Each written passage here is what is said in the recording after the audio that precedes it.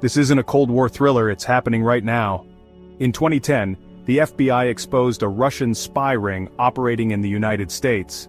The agents lived quiet lives. Suburban homes, day jobs, barbecues with neighbors. One woman even worked in real estate. They were dubbed the Illegals Program. Deep cover operatives planted to blend in, gather intelligence, and report back to Moscow. The case was shocking. But what if it wasn't an isolated cell? What if it was just one branch of a larger, still active tree? Because according to recent leaked intelligence, the Illegals Program never truly ended. In fact, it may have evolved. After the 2010 arrests, 10 spies were swapped back to Russia in a quiet prisoner exchange. But some names weren't included. Several suspected operatives simply disappeared. No arrest, no trial, no media, just gone. And since then, odd things have continued to happen. In 2018, a suspected Russian agent was discovered working as a translator inside a United States embassy. For over a decade. She had access to sensitive conversations, classified documents, and diplomatic meetings. How? No one noticed, until it was too late. And she's just one example. Reports from European intelligence services suggest that hundreds of sleeper agents may still be active across NATO countries.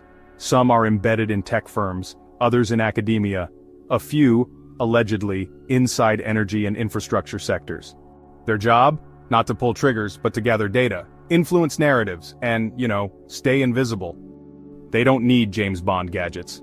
What they really need is access to servers, policy discussions, hiring committees. They're not here to shoot, they're here to listen. And well, just wait. And wait they have. Multiple cybersecurity firms have tracked coordinated breaches that trace back to Eastern Europe. But these aren't your typical hacks. They don't steal credit cards. They target blueprints, patents, email threads between defense officials. Sometimes the breach is so subtle it takes months to notice, other times it's never detected at all. And here's the most disturbing part. Some of these networks have been linked to political influence campaigns, fake social media accounts, fabricated protests, and misleading news sites that look real, but are quietly pushing certain messages. The goal? Destabilization without bullets, confusion instead of confrontation. It's warfare by whispers, and it's working. Even now, intelligence analysts warn that many agents have likely gone legal, meaning they've become naturalized citizens, obtained real jobs, and are nearly impossible to trace. One insider called them a shadow society built to survive exposure. Governments rarely talk about it publicly. Why? Because revealing what they know could cause panic, or worse, expose the fact that they don't know everything.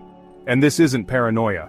In 2022, MI5 confirmed that a suspected Russian spy had posed as a London-based charity director for 6 years.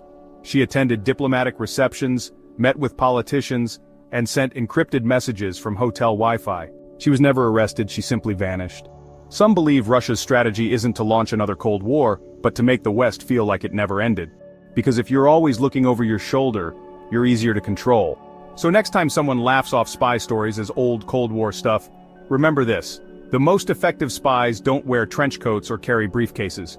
They check your groceries, teach your kids, sit quietly at the next desk, and they never need to draw attention, because chaos thrives in silence. If this story opened your eyes, even a little, hit that like button.